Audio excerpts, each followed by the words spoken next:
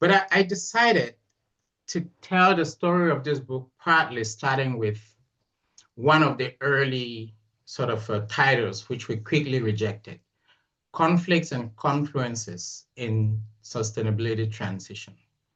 The whole idea of conflicts and confluences is quite deliberate. And the reason why we did not at first think of it as just sustainable consumption and lifestyles is because we perceive the field of consumption and lifestyles as being quite central or quite elemental to sustainability.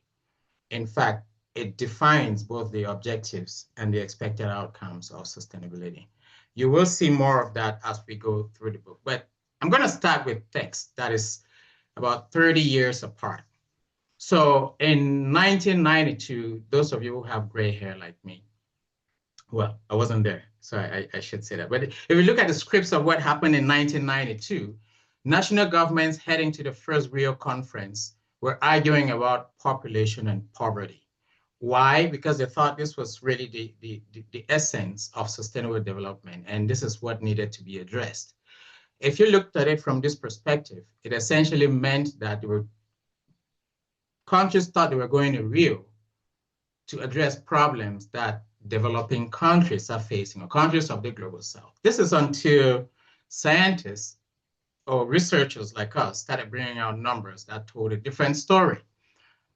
And this is the story that ultimately got captured in the outcome of the report of the conference in the document now referred to as Agenda 21, which is the very first instance where internationally the role of consumption and inequality is acknowledged as central to unsustainable development.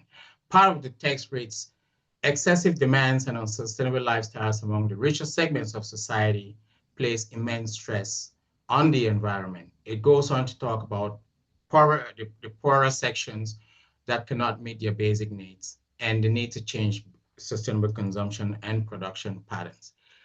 Just about 30 years later, the UN again, this time through a research organization, the IPCC, in 2022, the Working Group 3 report came out where, for the first time, it actually looked at demand-side measures. Well, this is essentially consumption, saying demand-side measures and new ways of end-use service provision can reduce global greenhouse gas emissions in end-use sectors by 40 to 70% by 2050. The chair of that working group would later go on to say this is an untapped potential. So essentially, our mandate is to reconcile what these brackets of text have put out, and in part to also convince them that they're not very right in how they've tried to articulate this. The next slide that you're looking at is a sort of a back of envelope arc of how we've evolved since 1960s or early 70s in how we reflect sustainable consumption in UN policies, frameworks, and agreements. It started off just really looking at pollution control and site-specific measures. Then it expanded a little bit more where we started looking at a little bit more at preventive measures or the sources of these impacts, not only looking at single pollutants, but multi-impact pollutants.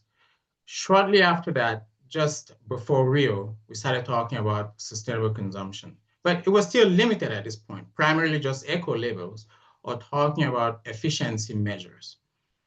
We've since evolved a little bit from understanding things like the rebound effects, from looking at product life cycles and looking at some of the contradictions in behavior to broaden this to sustainable consumption and production, which is where SCORI comes from. And I saw Arnold in the call earlier. Arnold was one of the first that put together SCORE. But we're now having discussions around why these technically ultra-technical measures don't really fit the situation that we're seeing. This is why we're talking about values, about sufficiency, and moving beyond just supply chains, looking at value chains. To trace the way our community has dealt with this, you can see three exemplary journals. The Journal of Consumer Policy, which around the late 70s or early 80s was really just talking about consumer rights, the right to information, the right to protection.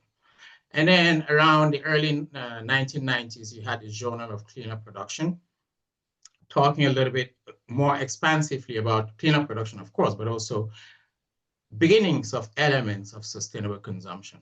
More recently, around 2005, Morocco and colleagues set up the Sustainability Science Practice and Policy Journal. So you can see how our community outputs have mirrored policy discussions around this. And part of the argument is that we need to lead this conversation rather than constantly following what policymakers and businesses are saying, right? So part of this is captured so very well in a paper in this book, chapter 39, by Jenny Stephens, who differentiates between climate isolationism and climate justice, captures a tension between individual behavior and collective action, technological change and social change, profit-seeking versus well-being, wealth accumulation and sufficiency, and so on, right? So we thought this book is extremely necessary to pull all of this together, the science, the policy, the practice, so many of the questions that we're asking. It is also a good time to evaluate how our community research on consumption and lifestyles has evolved, what patterns we're seeing, what is the language that we can start using that puts all of us on a common trajectory to see how we're contributing, how the different disciplines we're working on or the different fields we're working on serve a common set of objectives? Or how do we set up an understanding that looks at the role of individuals and how they operate within broader systems, or how these systems enable or constrain them? And last but not the least, how do we see this as a key point in the evolution of our discipline to make sure that we're much more effective, we're much more pulled together going forward? It is the reason why the structure of the papers that was requested of you was quite different from what you would typically write, why the language had to be very different, especially being non-academic but professional, and why it targeted not just academics, but also policymakers and advocates in the field. Each of you would have submitted a paper or contributed to a paper that had a very clear definition or an operational definition of the concept or project that you're working on. It showed the origins and the history of the concept. It also, not only that, it showed the sort of discordance that is happening within the fields. Where are we having conversations, debates, misconceptions, or where are we even disagreeing with each other? But it also forced you to think about what you're working on and how it applies to policy and practice, looking beyond just the data. And because we had very brief papers, we thought it was a good opportunity, instead of doing a long list of academic references, to give deep dives and essential reading that could guide people moving forward. We also decided, out of the 89 chapters of the book, to put them in 5 different clusters. That is because they came with different characteristics. It was also a way of guiding the reader to be able to look very quickly at what is involved around daily household decisions, what is more conceptual or applied, political economy, activism, and governance. I'm going to go very quickly through the 5 clusters here, and then I show you how a lot of the work here is quite relevant today, but it also guides us towards questions in terms of questions we're asking towards the future. The first set of clusters you will see is daily household decisions and lifestyles. The list is there, which I am not going to read, but allow me to highlight just one here, not because it's the most outstanding. It is a really good paper, but it's not necessarily because this is the most outstanding among these clusters, but because it's quite indicative of something that we necessarily don't always pay attention to. There's so many practices that are going on that are not covered in textbooks, that are not published on social media. The intention is not even to be environmentally sustainable, but they fall under the breadth of the work that we are doing. Quiet sustainability is one of the concepts that are quite loved here. But it's also the science. What concepts, frameworks, and theories are we using? Whose science is it anyway? One of the areas that I will highlight here is the concept of sufficiency. Quite often we come at this with very glorified lenses, but when do we know when it's enough? And enough for whom? And what happens when enough is above the sustainability threshold? right? These are some conversations that we're not yet having amongst ourselves. But you're going under the political economy cluster of papers. One that I would like to highlight is the need to rethink what we consider the social contract between those that are governed and citizens. Most of what we know, our governance mechanisms, our institutions, our policies, were actually established around a time when we did not have the sort of environmental pressures that we have now, when technology was not a tool as powerful as is being used now in order to divide, in order to capture even more resources from the poor. How do we go about negotiating a new social contract that allows not just for rights within this era, but also for responsibilities, right? The fourth cluster here looks at social activism and values.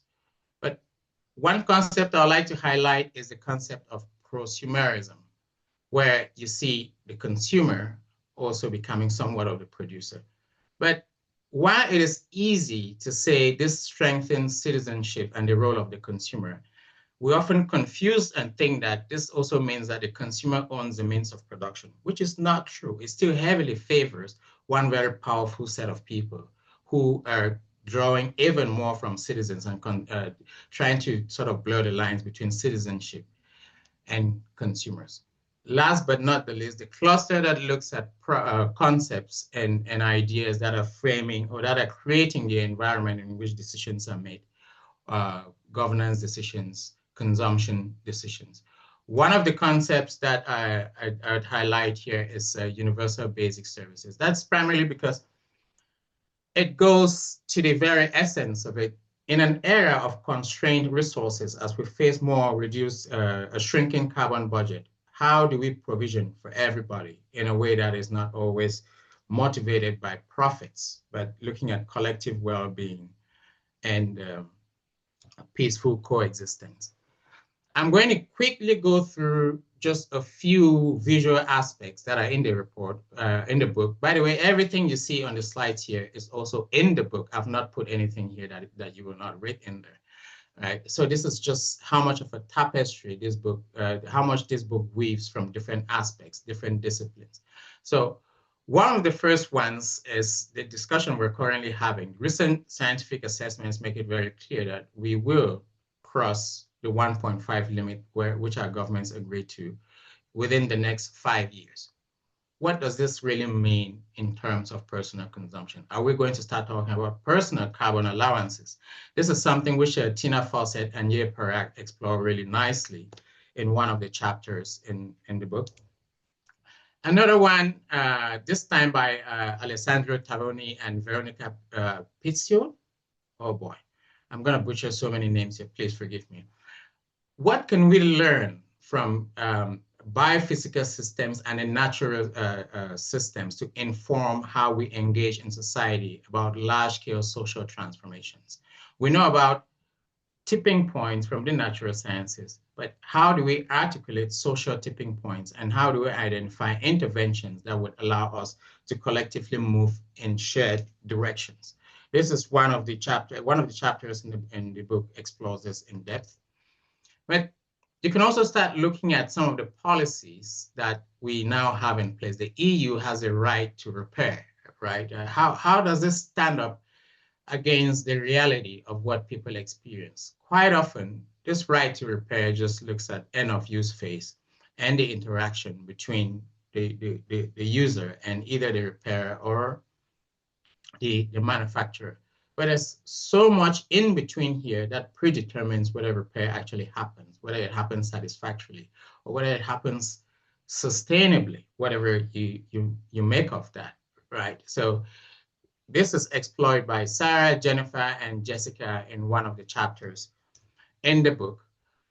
Again, so much talk now about circular economy. This is becoming even more important as the European Commission has launched a public consultation towards a Circular Economy Act, which is coming out next year in 2026.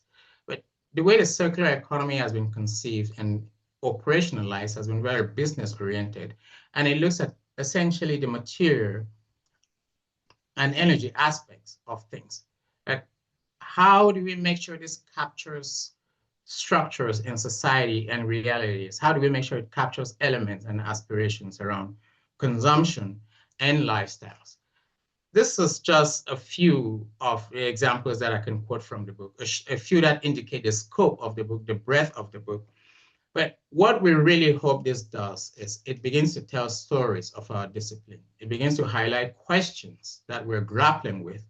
It begins to bring to the fore methodologies that we're using, whether they're sufficient or not sufficient, questions around how we're framing this, whether we even see people in our data, or how do we jointly articulate the future that we think we're moving towards.